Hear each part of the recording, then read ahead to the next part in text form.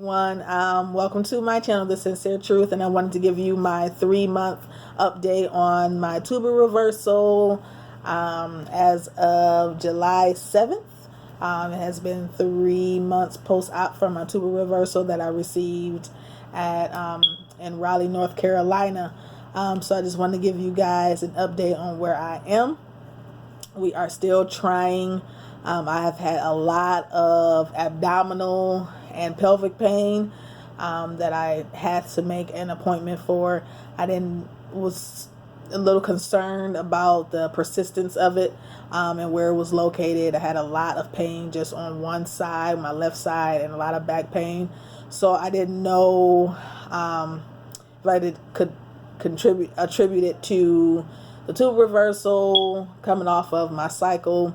But either way, you want to definitely be aware of your body changing, and if there is something out of the norm that you are really concerned about, you definitely want to make an appointment to go see your doctor, because the last thing you want is to be pregnant or have any other issues, ectopic pregnancy when you are pregnant in your tube. So you definitely want to be very, very cautious.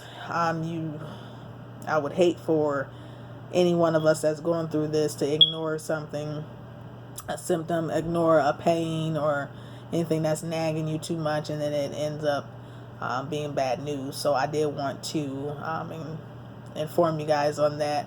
Another thing that I've noticed that I have been very, very hormonal, very, very hormonal. My cycle surprisingly has not changed, which I was anticipating that.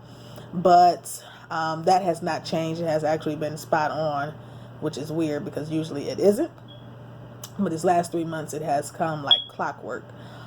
But I did want to talk about some things that we are using to keep track of my period when I am ovulating. So I decided to download this app. It's called the My Tracker. It's the period tracker. So it actually has this calendar. Well, it shows you ovulation day. I don't know if you guys can see that. Ovulation day. So if you go down here, it shows you which days you have like low. See, it says high ovulation day, high chances of pregnancy, low chances of pregnancy. So it shows you throughout the month which days are you have the high, medium, low chances of pregnancy.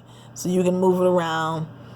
There's also a calendar on here where you can keep track. I'm not going to show you everything, but you can keep track of when you have been intimate, if it was protected, not protected, just so you can keep track of everything. If you do actually become pregnant, you can, I guess, keep track of when that happened, when the baby was conceived. So I find it's very, very helpful, just because I can keep track of everything, and everything is right here in my hand. So like I said, it shows you your day of ovulation, the chances of when you can get pregnant, from low, medium to high chances, and then it keeps track of your period as well. So it is a free app that you can download that I find very, very helpful. But I did want to talk about hormones. Usually I'm kind of an even kilter type of chick, but I have been super, super moody and emotional and angry and feisty, and I am attributing that to my body changing and getting back to what it's supposed to be doing. So to counteract that, I have definitely been having to take some breathers and remember what I used to do before I got the surgery. So taking a breather and realizing that your body is changing, your body is getting back to how it's supposed to operate and how it's supposed to function. So don't feel too bad, and even tell the people that are around you, if this has happened to you, if you are having these hormonal, emotional changes, let them inform them that you're going through some things Because I definitely had to let some people know, especially my fiance and my kids, because I'm like, I feel like a monster. But, this is part of the process. Now, as for the pain, now I don't like taking medicine. I don't even like taking a Tylenol, ibuprofen. But I had some pretty sharp pains even before my cycle and after, that I was really, really concerned about. So I had to make an appointment, which I do have that then this week. So they couldn't get me in any sooner than that. But it had gotten to the point where it was unbearable, and it was just coming on and off. It was no way for me to gauge when it was going to happen or anything like that. So just be aware of your body, and know that it's changing. It's going to change. It's going to continue to change until it gets back into this original form, whatever you want to call it. But I had pain just on my left side. Had no pain on my right side. I had pain on my left side, my left pelvic area, and my back.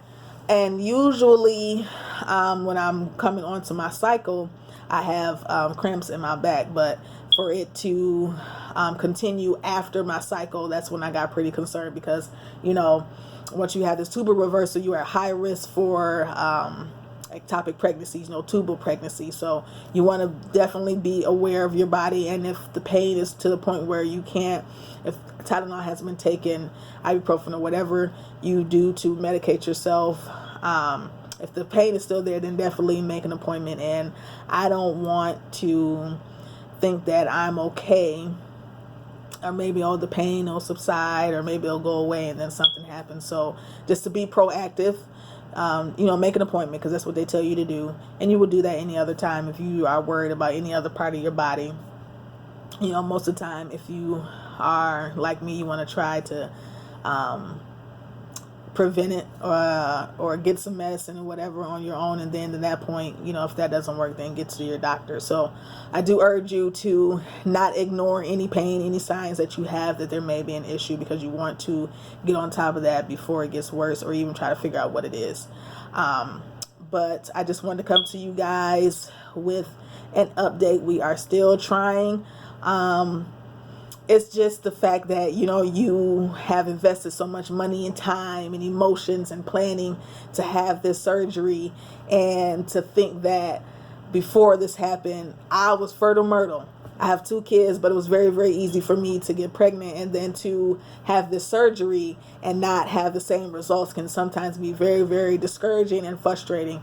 And if anyone else is going on the journey, then you probably feel where I'm coming from.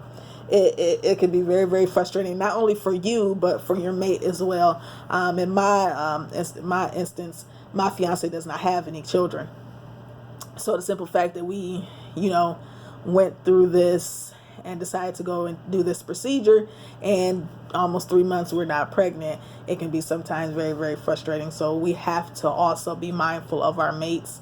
I know it's our body that's going through the change, and we're the ones that feeling this pain, but you also have to remember and remind yourself that they are just as invested in this as well. And if not, probably a little bit more emotionally, because they see what's going on with us, and they're feeling some type of way about the situation. So I just really wanted to talk more about the emotional side of this, because ibuprofen can heal it. If there is an issue, you go to the doctors, but the emotional toll that it takes on you and your mate, your mind, your emotions, your heart, just make sure you guys are holding each other up, encouraging each other. And this is just 3 months in, so it may be someone that has gone 6 months and not had any pregnancy, or had a miscarriage or an ectopic pregnancy, whatever it is. Hold each other up, encourage each other, love on each other, treat your body right, treat each other right, because the last thing you want is to have this, go through this journey, and you guys get upset at each other, or you stop trying.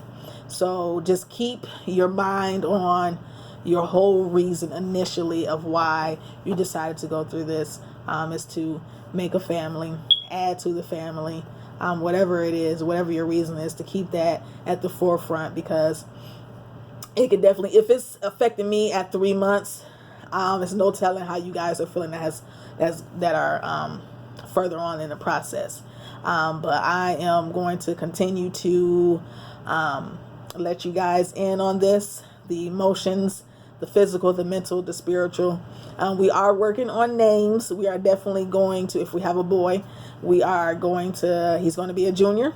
And we have yet to figure out a girl's name. I already have a boy and a girl.